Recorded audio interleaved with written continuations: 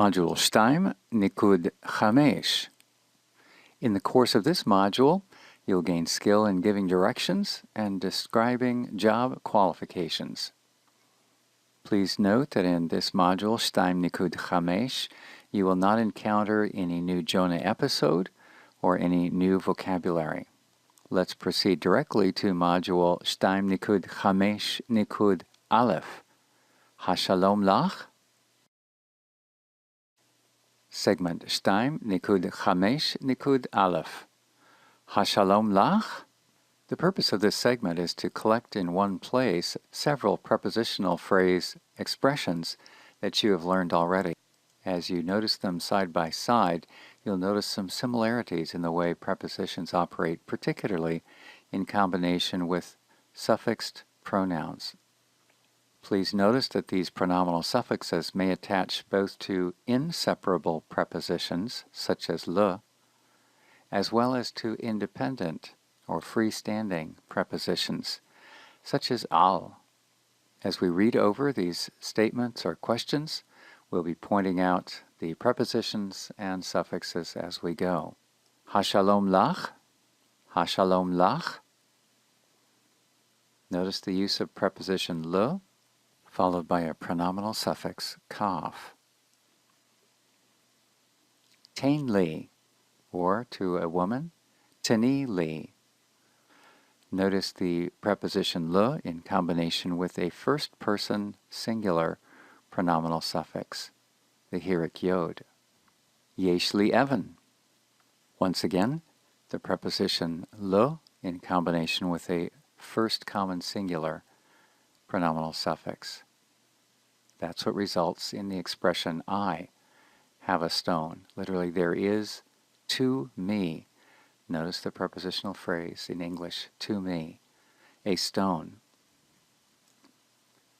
Alai lalechet el Nineveh. Alai lalechet el Nineveh. In this sentence, we actually have three prepositions at work. First is al, which can stand alone, but in this case is followed by a pronominal suffix, taking the shape of patach yod. This is another way to spell the first person, the I pronominal suffix. Taken alone, alai would simply mean upon me.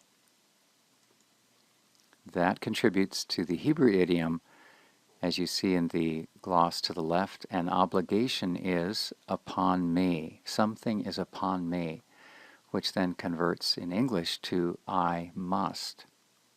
Next we have the verb lalechet, to go. This in itself involves a preposition le plus the infinitive lechet, la lechet. You'll gain more experience handling infinitives later on. Just accept it as a preposition le plus the infinitive lechet. And finally, el Nineveh. El, a freestanding preposition, customarily attached with a makef to the object that follows, to Nineveh. Ein lecha evan, or if addressing a woman, ein lach evan. Once again, the preposition le, followed by a pronominal suffix, whether second masculine singular, you, or second feminine singular, you. This forms the opposite of the yesh statement a couple of sentences earlier.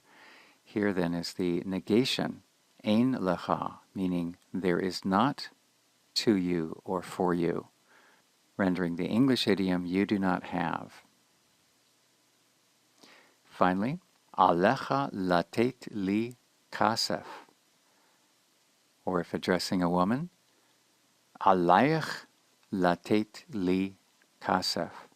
In the expression alecha, we find the preposition al, followed by the second masculine singular pronominal suffix, signaled especially by the kaf. Spelled slightly different for addressing a woman, alayach. Once again, the preposition al, meaning on or upon, followed by the pronominal ending, signaled by the kaf and vocalized for a feminine, hirik kaf.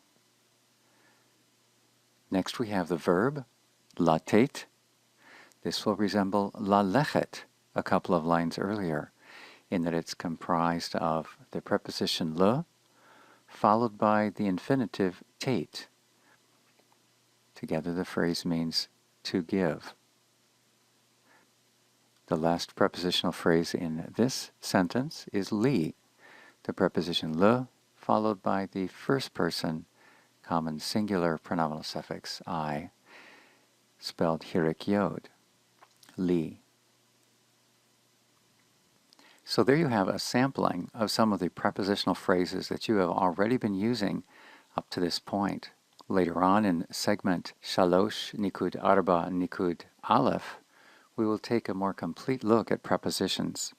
Some may find it satisfying to turn to that at this time and take a glance, not that you're responsible to learn it, but for some the pieces of learning will fall together more completely if you're able to see a little fuller picture. Feel free to do that if you like.